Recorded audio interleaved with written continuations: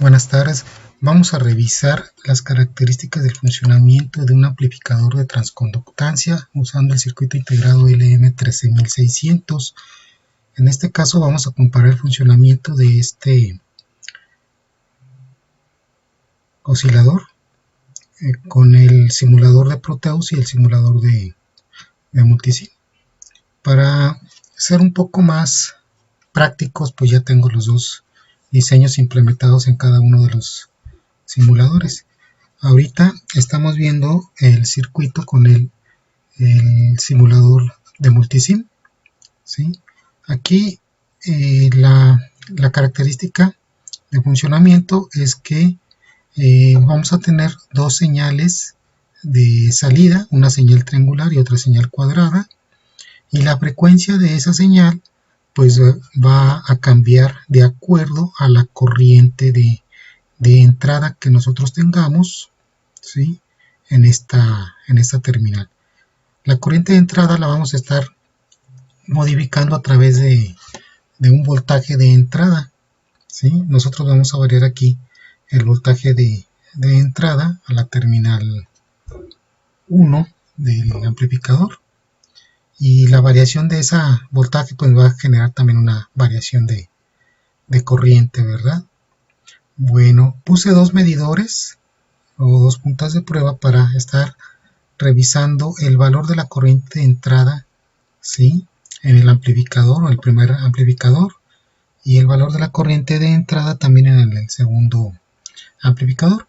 La diferencia es que en el segundo amplificador yo tengo un voltaje fijo, el voltaje de alimentación positivo, ¿verdad? Y en el primer amplificador pues yo voy a estar variando ese voltaje. También nos vamos a dar cuenta el rango de voltaje que vamos a poder tener de entrada y el rango de la frecuencia de salida. Bueno, entonces hacemos la simulación.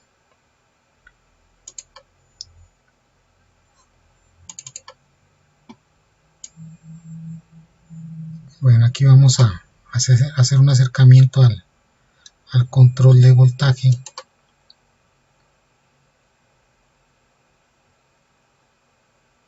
En este caso, empecé con un voltaje de menos 8.25 volts, ¿verdad? El voltaje tiene que ser negativo, ¿sí? Entonces, he estado haciendo varias pruebas y me he dado cuenta que hasta que empiezo a variar el voltaje desde más negativo acercándome al positivo es cuando empieza a funcionar el circuito. Entonces en este caso soy en menos 8.25 volts. Si yo lo varío, lo hago más positivo, pues no pasa nada, ¿sí? Pero si me voy hasta su valor mínimo, que en este caso son menos 15 volts, ahí es donde debo de empezar para darme cuenta del cambio. Entonces yo cuando pongo menos 15 volts, de entrada yo tengo una corriente de entrada de 15.3 picoamperes. Esta corriente 15.3 picoamperes es una corriente prácticamente nula, ¿verdad? Pues muy pequeña, pero en este circuito pues debemos de tener cuidado porque las corrientes que manejan son muy pequeñas. Entonces empiezo a aumentar el voltaje. Por ejemplo, aquí lo pongo a menos 14.25, ya la corriente cambió a menos 968 picoamperes. Varía todavía más el voltaje. Bueno, aquí di un brinco hasta menos 13.5 y vamos en la señal del osciloscopio, pues que ya se presenta ahí una señal de salida, ¿no? Bueno, en este caso tenemos dos señales de salida, ¿sí? Entonces ya está funcionando en este caso la simulación. Tuve que haber empezado a variar mi corriente de entrada desde un valor demasiado pequeño, ¿sí? Y conforme yo lo voy haciendo más positivo ese voltaje, mi corriente se va haciendo más grande. Ahorita aquí en menos 13.5 volts yo tengo una corriente de menos 9.24 microamperes. Si me regreso ahí a un voltaje menos 14, pues tengo ya una corriente más pequeña de menos 168 picoamperes. Bueno, entonces podemos considerar que en menos 13.5 13.5, así tal como está el circuito, en menos 13.5 yo empiezo a generar la señal, ¿verdad? Sí, y pues ya le doy yo más variaciones. Por ejemplo, ahí en menos 11.25 veo un aumento en la frecuencia y también veo un aumento en la corriente de entrada, que ahora es menos 80.5 microamperes. Vamos a modificar aquí el control de tiempo. Ahí lo tenemos. La frecuencia que ahorita tenemos es de 35.4 kHz. ¿Sí? Bueno, por ahí hubo un error en la simulación en algunos de los cálculos. Podemos volver a simularlo. Ya nos dimos cuenta que tengo que empezar yo desde hacer el barrido de voltaje desde el valor más negativo. Ahí está, en menos 13.5, ¿no? Menos 13.5 volts es donde empiezo. Puedo yo poner un rango de voltaje mucho más fino, ¿sí? Que los movimientos del vamos a decir, de este potenciómetro, de este control, sean más finos, ¿verdad? Pero bueno, vamos a dejarlo así. Entonces, si modificamos o disminuimos mi voltaje de entrada, ya dijimos, aumenta mi corriente de entrada. Aunque es una corriente negativa, pero su valor aumenta, ¿no?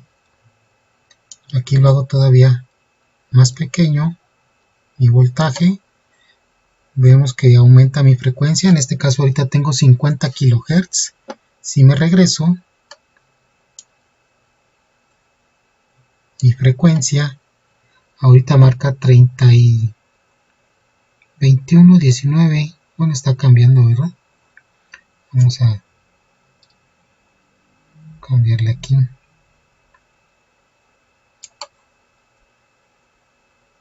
4.12 kHz.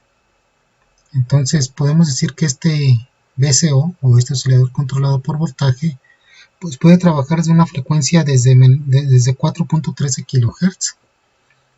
He hecho otros cambios en 13.9 kHz. 13.9 volts es cuando empieza a generar la señal.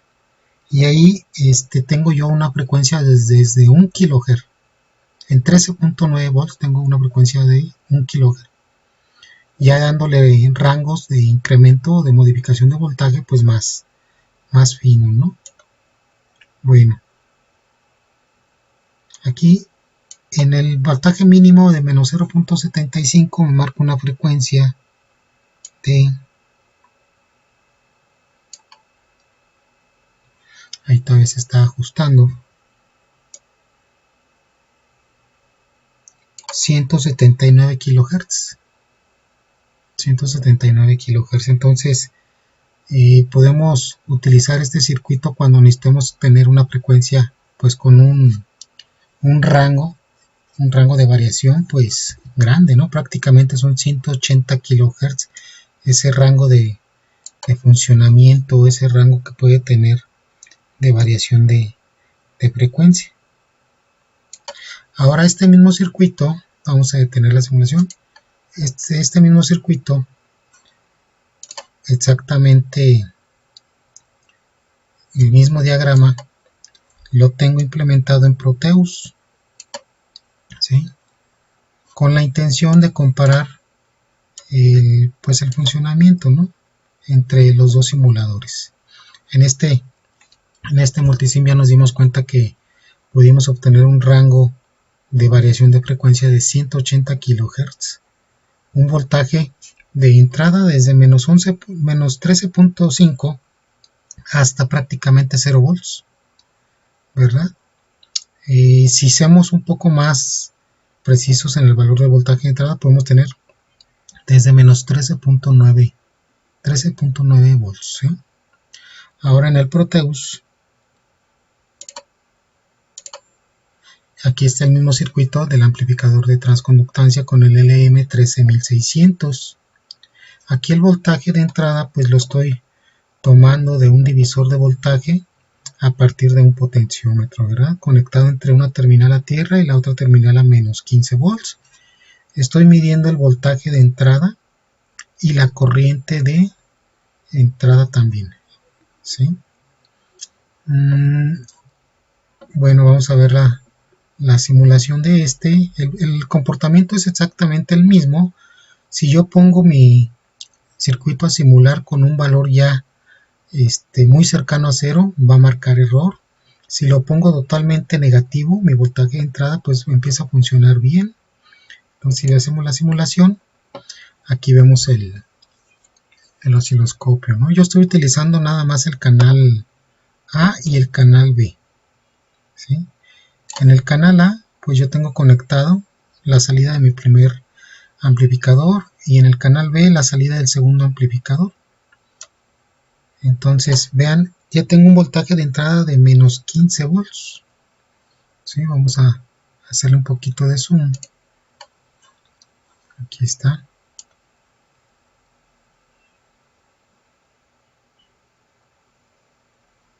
Vamos a ponerlo acá. Ahí. Tengo un voltaje de entrada de menos 15 volts, una corriente de entrada prácticamente de 0 microamperes.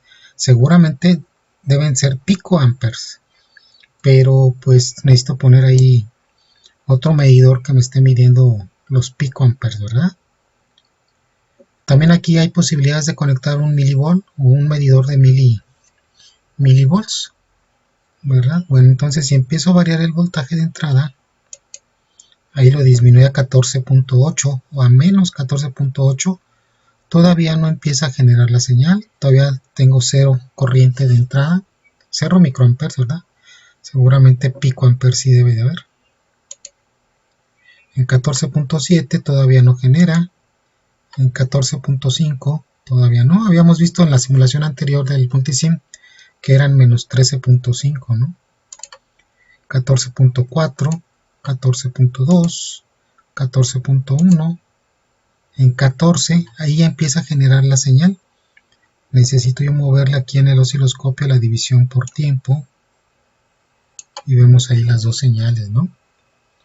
Entonces, en 14 volts aquí en esta simulación, yo tengo una corriente de 0.28 microamperes, la corriente de entrada, ¿sí?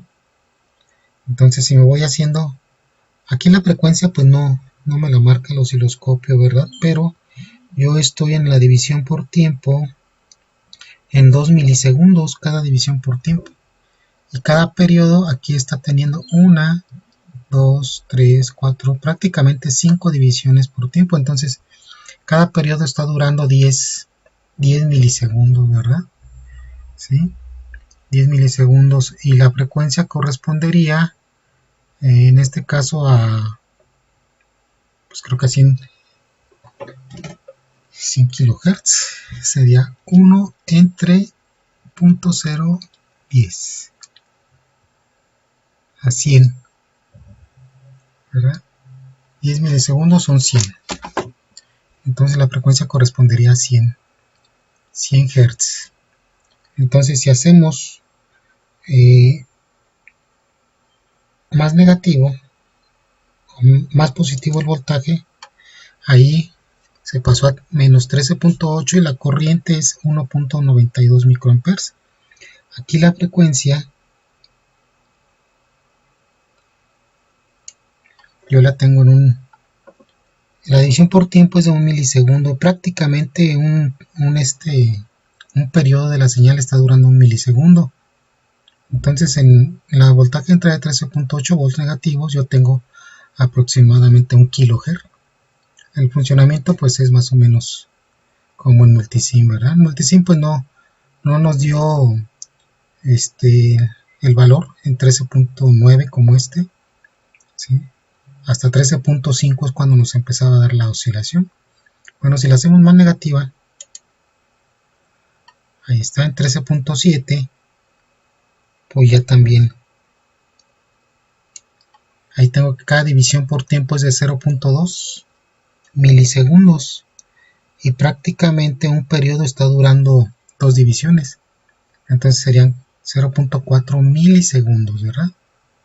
Aquí ya la frecuencia pues aproximadamente debe ser 20 kilohertz, 1 entre punto 0004. Ahí está. 2500 Hz.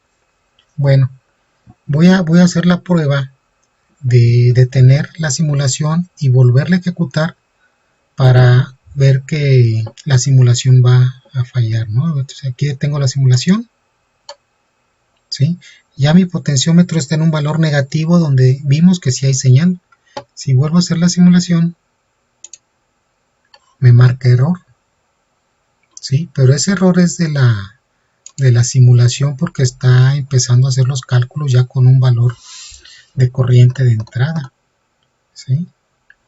Si intentamos la simulación, otra vez me marca el error.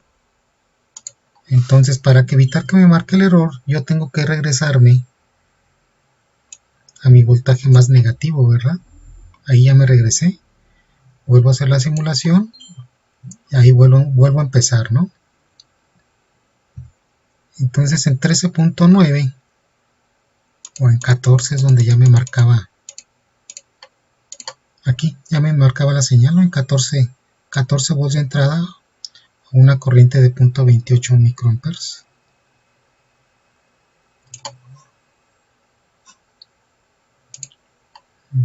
A ver. Me regreso todavía más negativo. Ahí hago la simulación. Ahí está.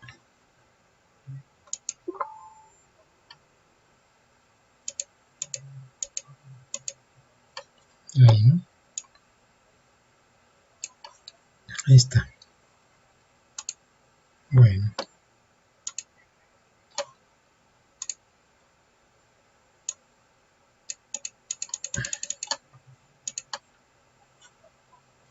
Ahí está. Tenemos que empezar del valor más negativo de voltaje de entrada, prácticamente que nuestra corriente marque 0. Ahí tenemos la señal. En el multisim sí tuvimos la posibilidad de hacer una variación de voltaje de entrada prácticamente hasta 0 volts. Y aquí en el Proteus esa variación de voltaje de entrada pues está muy limitada. Porque si nos bajamos todavía a un valor menor de 13.5 o más positivo de 13.5, pues ya es cuando nos marca el error, ¿no? Fíjense, ahí estamos en menos 15. Le voy a mover aquí un valores más grandes. Ahí sí nos bajamos prácticamente hasta menos 1.38 volts, pero pues no tenemos señal de entrada. Digo, no tenemos señal de salida. ¿Sí? Si nos ajustamos a los 14 volts negativos, ahí en menos 12.6 ya nos dio algo.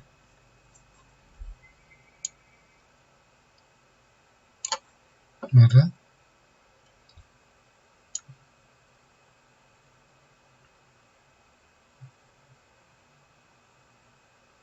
Ahí prácticamente en un volt pues nos da la señal. Por ejemplo, si dejamos aquí que cada división por tiempo sea de un microsegundo, y un periodo va a ocupar 1, 2, 3, 4, 5. Entonces tengo 5 microsegundos. La frecuencia que estamos trabajando es 1 entre punto 0.00005 de 200 kilohertz. ¿Sí? 200 kilohertz.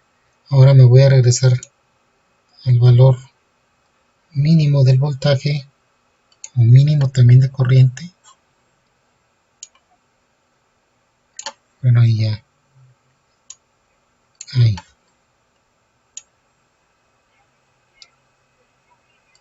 Ahí está, ¿no? Entonces debemos tener cuidado en esta simulación, porque de repente nos va a marcar error la simulación, pero es debido a errores de cálculo del mismo programa, ¿no? De que se manejan valores demasiado pequeños, por ejemplo de corrientes, estamos hablando del orden de microamperes, ¿sí? O de hasta de picoamperes. Entonces, no sé, a lo mejor las computadoras llega a un momento en que ya no pueden hacer operaciones con valores tan pequeños, pero los dos diagramas es exactamente el mismo. La diferencia pues es en la simulación, ¿no? Aquí en el Proteus nos marca por ahí ya error desde un principio si no empezamos con el valor de voltaje de entrada más negativo, ¿sí? Y en el Proteus pues no pasa, digo en el Multisim no pasa eso. Bueno, muchas gracias y vamos a ver otra simulación entonces.